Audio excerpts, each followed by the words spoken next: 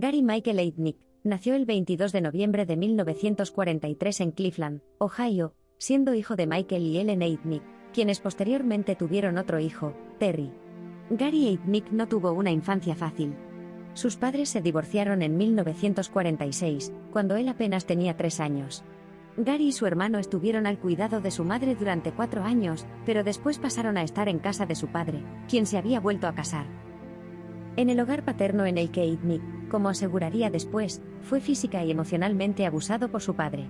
La causa de ello era que el pequeño Gary mojaba la cama y su padre, para corregir el problema a la vez que sentía placer mientras destrozaba psicológicamente a su retoño, lo humillaba obligándole a colgar las sábanas orinadas en la ventana de su habitación, para que así los vecinos supieran qué había pasado. El colegio tampoco fue un buen lugar para Eitnik. Pese a tener buenas notas, no se le daba bien relacionarse con los demás, y evitaba establecer contacto visual con sus compañeros, dado que era objeto de sus burlas. De pequeño había sufrido un accidente que le había deformado la cabeza, y los niños, en su crueldad, se lo recordaban constantemente por medio de comparaciones. Pero pese a su deformidad craneal, su cerebro estaba intacto, al menos en cuanto a capacidades cognitivas se refiere. Su inteligencia no estaba por debajo de la media, más bien al contrario.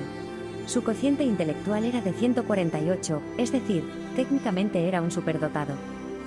Por recomendación de su padre, cumplidos los 14 años, Gary Eitnik se enroló en la Staunton Military Academy, en el estado de Virginia, donde permaneció 2 años, y la abandonó antes de graduarse en la misma. Más tarde volvería a la educación pública, para volver a alistarse en una institución militar, en este caso el Ejército de los Estados Unidos a los 17 años de edad, sirviendo para su país durante 13 meses. Mostraba buenas dotes en el entrenamiento, y su sargento lo calificó como un excelente estudiante militar. Tras este entrenamiento militar, Eitnik pediría plaza para diferentes posiciones especializadas, pero fue rechazado de ellas. Luego, consiguió ser trasladado a San Antonio, Texas, donde recibiría formación médica militar. De todas formas, no permaneció mucho en el estado tejano, siendo trasladado al extranjero, a Alemania Occidental, en el 46º Hospital Móvil Quirúrgico del Ejército Norteamericano en la ciudad de Landstuhl. En agosto de 1962 Eitnik empezó a sentir molestias serias, náuseas, mareos, visión borrosa y dolores de cabeza. El neurólogo del hospital diagnosticó a Gary Eitnik con una gastroenteritis, pero además detectó síntomas propios de un trastorno mental, con lo cual le prescribió trifluoperacina, antipsicótico. En octubre de ese mismo año sería trasladado al Hospital Militar de Filadelfia, en Pensilvania, en donde se le daría un diagnóstico, trastorno esquizoide de la personalidad. Debido a ello fue dado de alta del ejército norteamericano con honores. Tras habérsele diagnosticado el supuesto trastorno esquizoide de personalidad, y dejar de formar parte del ejército norteamericano, Eitnik estudiaría en la Universidad de Pensilvania, aunque solo duró un semestre. Trabajó como enfermero psiquiátrico en la administración para veteranos de un hospital en Coatesville, Pensilvania, pero acabó siendo despedido debido a su mal comportamiento con los pacientes. Desde agosto de 1962 hasta su arresto en marzo del 1987, Eitnik fue yendo de psiquiátrico en psiquiátrico, debido a que se intentó suicidar hasta 13 veces. Las tendencias suicidas eran algo que le venía de familia, dado que su madre Ellen, quien había sido diagnosticada con cáncer óseo y era alcohólica, acabó con su vida bebiendo bicloruro de mercurio, un compuesto muy tóxico. Su hermano Gary también intentó suicidarse en varias ocasiones. En octubre de 1971 Gary Eitnik se unió a la Iglesia de Dios Unida, y en 1975 abrió una cuenta para la iglesia, en donde depositó $1.500. Con el paso del tiempo, invirtiendo en bolsa, Eitnik logró amasar un total de $500.000 para la iglesia y, a mediados de los 80, la Iglesia de Dios Unida sería próspera y rica. Gary Michael Eitnik conoció a su esposa por medio de una agencia matrimonial, con la cual se pondría en contacto con su futura cónyuge mediante correspondencia postal. Se llamaba Betty Disto, una ciudadana filipina que había llegado a los Estados Unidos en septiembre de 1985, y el 3 de octubre de ese mismo año contraería nupcias con Eitnik en Maryland. Pero el matrimonio no duró mucho, dado que Betty tuvo la traumática experiencia de encontrarse a su marido con 3 mujeres en la cama.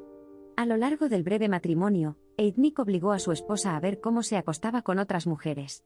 Le producía gran satisfacción dañar los sentimientos de su mujer y abusar sexualmente de ella. Afortunadamente para Betty Disto, la comunidad filipina de Filadelfia consiguió sacarla de tan catastrófico, desgastante y abusivo matrimonio, lográndolo en enero de 1986. Pero pese a la mala relación, Betty se quedó embarazada de Eitnik, dando a luz a un hijo, llamado Jesse John Disto. Eitnik descubrió que era padre cuando su ex mujer le demandó para que le pagara una pensión para su hijo, pero este no sería el único hijo de Gary, obtenido por medio del abuso sexual. Más tarde tendría otro con Gail Lincow, a quien llamaría Gary Jr. El niño fue llevado a un hogar de acogida al poco de nacer. Luego tendría un tercer hijo con otra mujer, en este caso Anjeanette Davidson, una mujer analfabeta y con discapacidad intelectual. La hija de esta relación sería Maxine Davidson, nacida el 16 de marzo de 1978, y también llevada a un hogar de acogida. Poco después del nacimiento de Maxine, Eitnik fue arrestado por haber secuestrado y violado a la hermana de Anjeanette, Alberta, quien había vivido en una institución para personas con discapacidad intelectual en Penn Township. Pero si por algo es conocido Gary Michael Eitnik, más conocido como el sembrador de bebés, es por su larga vida criminal, que se remontan a la década de los 70. En 1976 Eitnik cometería uno de sus primeros delitos, nada grave en comparación con lo que vendría después. Asaltó al inquilino de una casa que le había ofrecido alquilar, disparándole en la cara, con una arma de la cual no tenía licencia, pero sería 2 años más tarde que sería llevado a la cárcel por primera vez, aunque no la última. En 1978 Eitnik sacó de una institución para personas con discapacidad intelectual a la hermana de quien era entonces su novia Anjeanette Davidson. Gary Michael Eitnik no hacía esto como un buen detalle para con su amada. Eitnik sentía gran predilección por mujeres con discapacidad intelectual y de piel oscura, preferiblemente afroamericanas. La hermana, Alberta, fue introducida en un almacén del sótano de Eitnik, y encerrada ahí. Una vez que la policía conoció el hecho, Alberta fue sacada de ahí y llevada a la institución mental, en donde se le realizaría un examen físico para saber si había sido maltratada, y, efectivamente, había sido el caso. Eitnik la había violado y sodomizado, además de pasarle gonorrea. Fue por ello que Eitnik fue arrestado y acusado de secuestro, violación, privación de la libertad y aprovecharse de una persona con discapacidad, y pasó 3 años en instituciones mentales con supervisión estatal. En 1986, tras haber sido abandonado por su ex mujer Betty Disto, Eitnik volvería a ser arrestado y acusado de asalto, además de violación en la pareja y conductas sexuales desviadas. Pero esto no sería más que el comienzo de su carrera como asesino serial. Entre los años 1986 y 1987 cometería su cadena de asesinatos y violaciones seguidas. El 25 de noviembre de 1986 Eitnik secuestró a una mujer llamada Josefina Rivera y, en enero del año siguiente, ya serían 4 el total de mujeres quienes habrían tenido la mala suerte de caer en manos de Gary Michael Eitnik. Las mantuvo en un foso de su sótano al norte de Filadelfia. Todas las mujeres secuestradas eran negras, y fueron violadas, golpeadas y torturadas. No se sabe si lo hizo por querer disfrutar de la experiencia de arrebatarle la vida a alguien o por simple descuido, como quien se olvida de regar las plantas, o si de verdad fue un error, pero una de las mujeres, Sandra Lindsay, murió a causa de la inanición, las torturas, y de no haber recibido tratamiento para unas fuertes fiebres que sufrió durante su retención. Ante esto, Eitnik optó por descuartizar el cadáver, pero tuvo problemas con los brazos y las piernas, así que los metió en el congelador, guardándolos con la etiqueta de comida de perro. Cocinó las costillas al horno, e hirvió la cabeza de Sandra Lindsay en una olla como quien hierve patatas. Los vecinos se quejaron del mal olor, y llamaron a la policía, sin tener sospecha de las atrocidades que se estaban cometiendo en la casa. Sin embargo, al acudir al domicilio de Eitnik, lejos de explorar la casa y tratar de averiguar de dónde venía el olor, los policías se conformaron con la explicación de Eitnik: estaba haciendo un asado, me he quedado dormido y se me ha quemado. Se cree que Eitnik sacó la carne de Lindsay y la mezcló con comida de perro, para luego dársela a las demás chicas. No obstante, el abogado defensor de Eitnik, Chuck Peruto, durante los juicios que se celebrarían tiempo después, dijo que no se encontraron evidencias para estas afirmaciones. Eitnik sentía predilección por los electroshocks.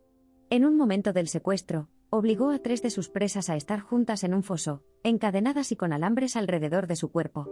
Eitnik ordenó a Josefina Rivera y a otra mujer llenar el agujero con agua, obligando a Rivera a aplicar electricidad sobre las cadenas de la mujer quien se encontraba en él. La chica, quien había sido secuestrada una semana después que Lisa Thomas, el 2 de enero de 1987, acabaría falleciendo, y Gary Michael Eitnik colocó el cadáver de Dudley en Pine Barrens, en el estado de Nueva Jersey. El 18 de enero de 1987 Heidnik secuestró a Jacqueline Askins para sustituir a la recién fallecida Deborah, siendo la más joven de su total de 6 víctimas, con tan solo 18 años.